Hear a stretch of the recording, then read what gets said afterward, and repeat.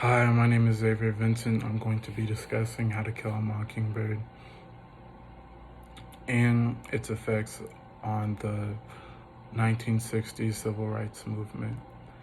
During the 1960s, we saw a lot of changes to civil rights, most notably beginning in February 1960, where four black college students sat down at a whites-only section of a restaurant in Greensboro, North Carolina, and refused to leave their seat.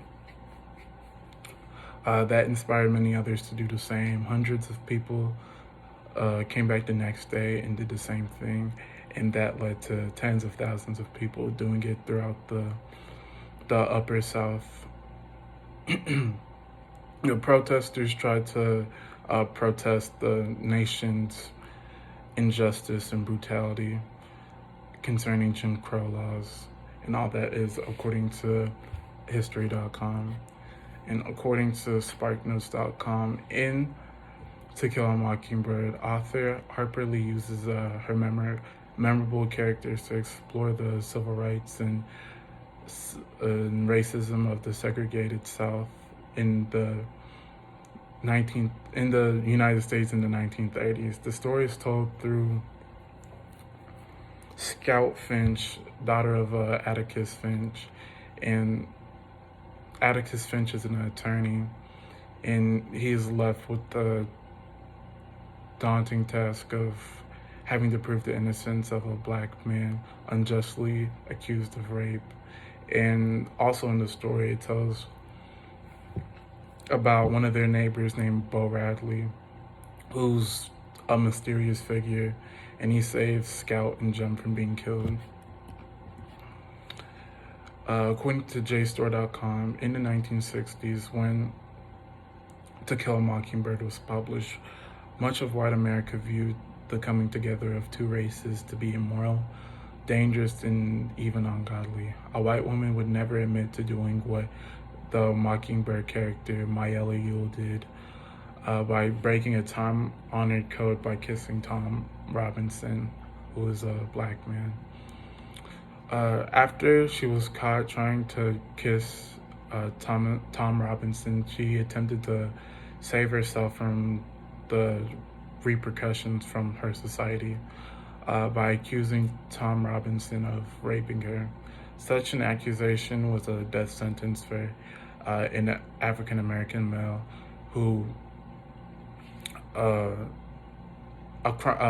sin of this caliber would result in a vigilante punishment, which would have been lynching and would have killed him. In the story, the mob of white men smelling of whiskey and pigpen who stormed the Macomb County Jail to take Robinson away are stopped. But it also leads to other questions behind that. How the story depicts them makes us believe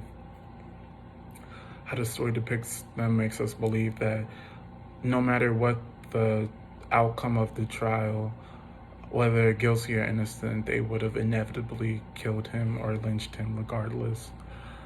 And that just shows how messed up and unjust this society is, with no evidence whatsoever.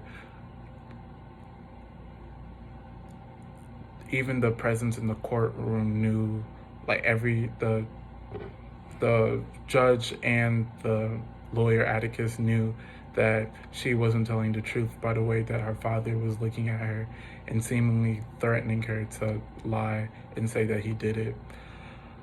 But in the story, the mob is stopped by Scout Finch, who shames them and sort of puts what's happening into perspective towards them, a child.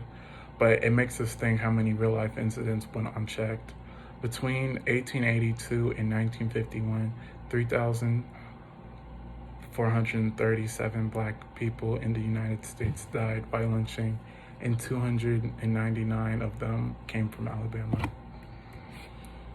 Once again, according to JSTOR.com, JSTOR.org, racial conflicts in the story are caused, racial conflicts caused 2 dramatic deaths in the story.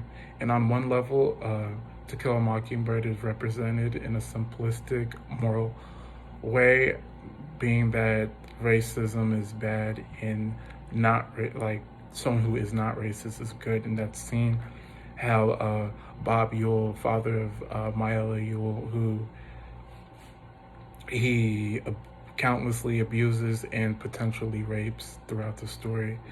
Uh, at the trial, he doesn't like the way the judge and Atticus sort of already know what happened and how they seemingly embarrassed him. And so he tries to break into the judge's house and tries to kill uh, Scout and her brother Jim, who are Atticus's children. But he is killed by Bill Radley before he can do so.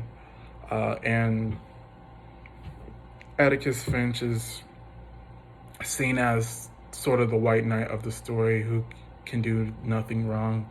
He's an intelligent, well-off man who is trying to teach his children the best way to grow without racial prejudices and sort of to be more intelligent than the people around them, to be more informed than their peers. And it's kind of like night and day in between them. And it shows like morally one is good and one is bad. They're like sort of almost like a superhero, supervillain way. But also in the story, the main theme of it is that you don't kill a mockingbird. That a mockingbird is not a pest. It doesn't do anything wrong. It just is living its life. It's just making music. And in the story, Thomas Robinson is sort of seen as the mockingbird in a sense, and how he wasn't doing anything wrong. He was doing his job. He was doing what he needed to do. And he was killed by basically the town and Myla Ewell and her father. And so it shows the corruption and how messed up the racism in the story and of the time is. And that's all I have. Thank you.